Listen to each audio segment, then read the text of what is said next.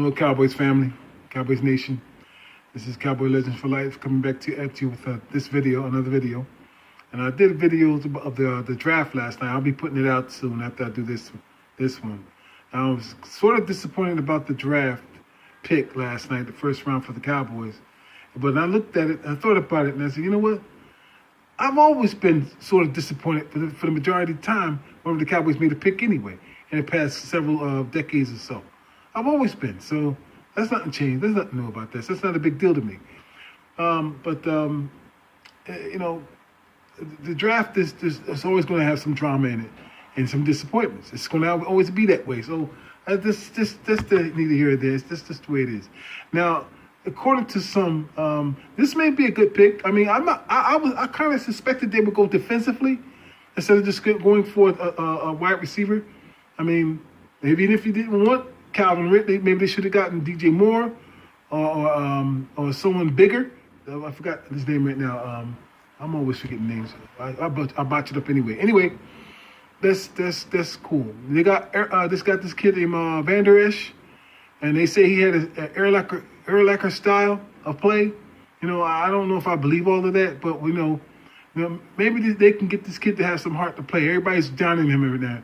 He got some fans last night that was very disappointed about the pick. I'm not too crazy about it either, but I knew they would go defensively.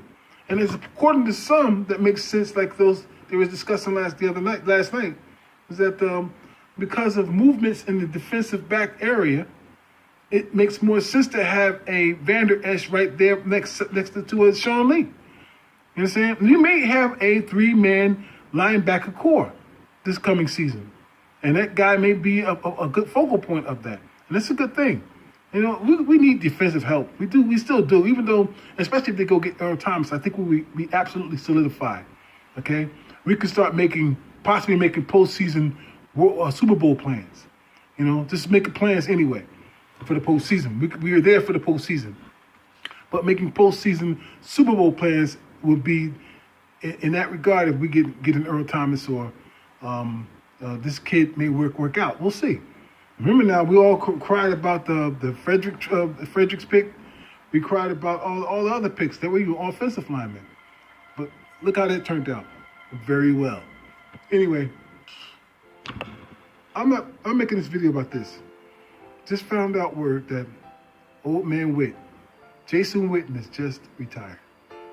And let me tell you something, man. That you know, Aces.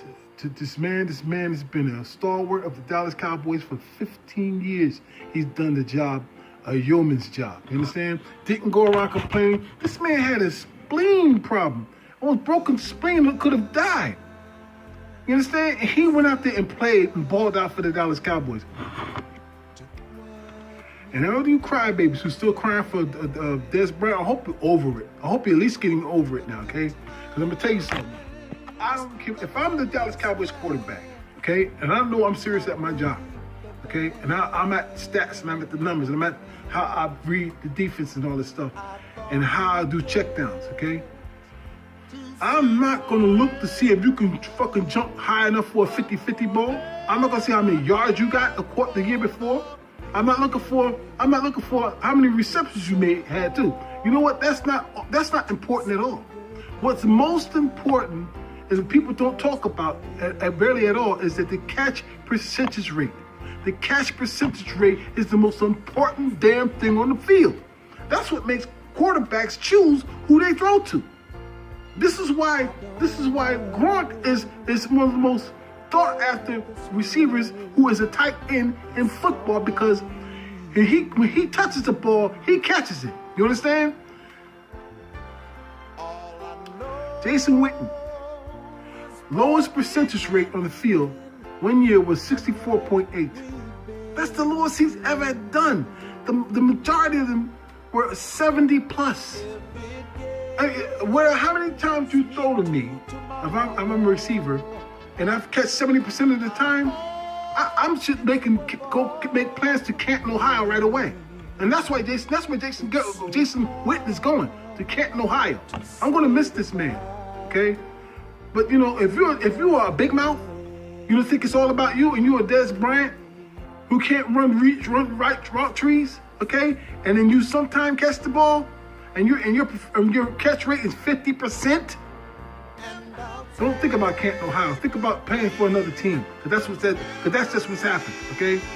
So let go Des Bryant, and you guys got to take honor and give homage to Jason Witten, because no matter how many times you assholes out there kept saying that he's too slow, the man kept getting open and he kept catching the ball. He keeps catching the ball.